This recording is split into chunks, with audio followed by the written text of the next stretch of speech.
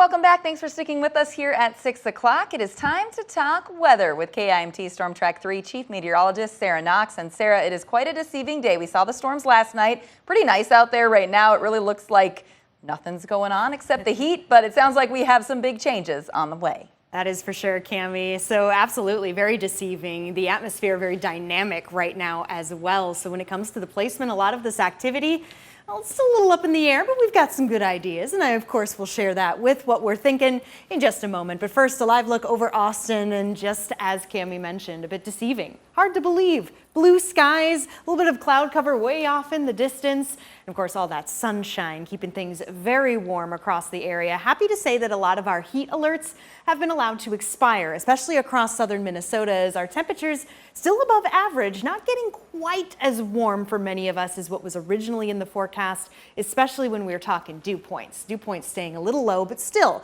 around that 70-degree mark, so it's definitely noticeable. Quick look at temperatures, though, for 85 in Mason City, 86 in Rochester, some of us closing in on the 90s, Winona, La Crosse, Caledonia. And I know for a fact La Crosse was at 90 not long ago. Point is, it's still warm outside, and those warm temperatures, all that heating that we got from the daytime, the sunshine that we're still experiencing right now is what gives more energy to the potential for some storms, especially when it comes to a potential wind event. So where is all this activity right now? Quick look to the west, and you can see it's pretty much over South Dakota. These have moved pretty quickly, some of them slowing down just a smidge, but we are starting to see a lot of that cross the border into Minnesota. And this is what we'll be watching over the next several hours, because once again, I mentioned how dynamic the atmosphere is. These storms are going to want to follow wherever we see the most instability. So that could make things a little tricky. That is also why we put out a large swath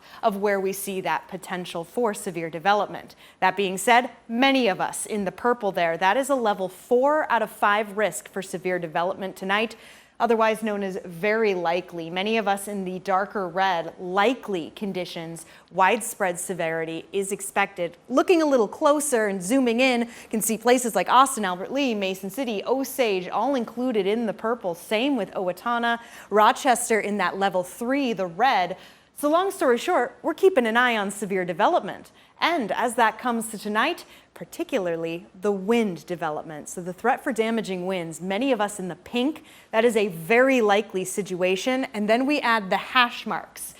That's what that means right there. 75 to 90 mile per hour winds possible with these events coming our way. And that's not it. We're not all of it, at least. We're also seeing the chance for a stray tornado. It's on the lower side, but is there.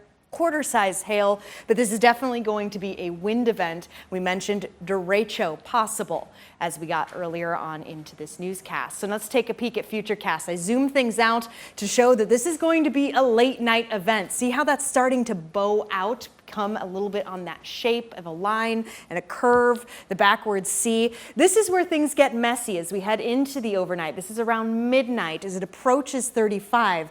If some of these storms can keep their shape and bow out like this, that's where we start to see the biggest threat for winds. This is 1 a.m., 3 a.m., and then it's officially out of the way by 5 a.m. So the biggest takeaways here is that this could be a potential damaging wind event, similar to last night, but potentially even worse if the derecho can form.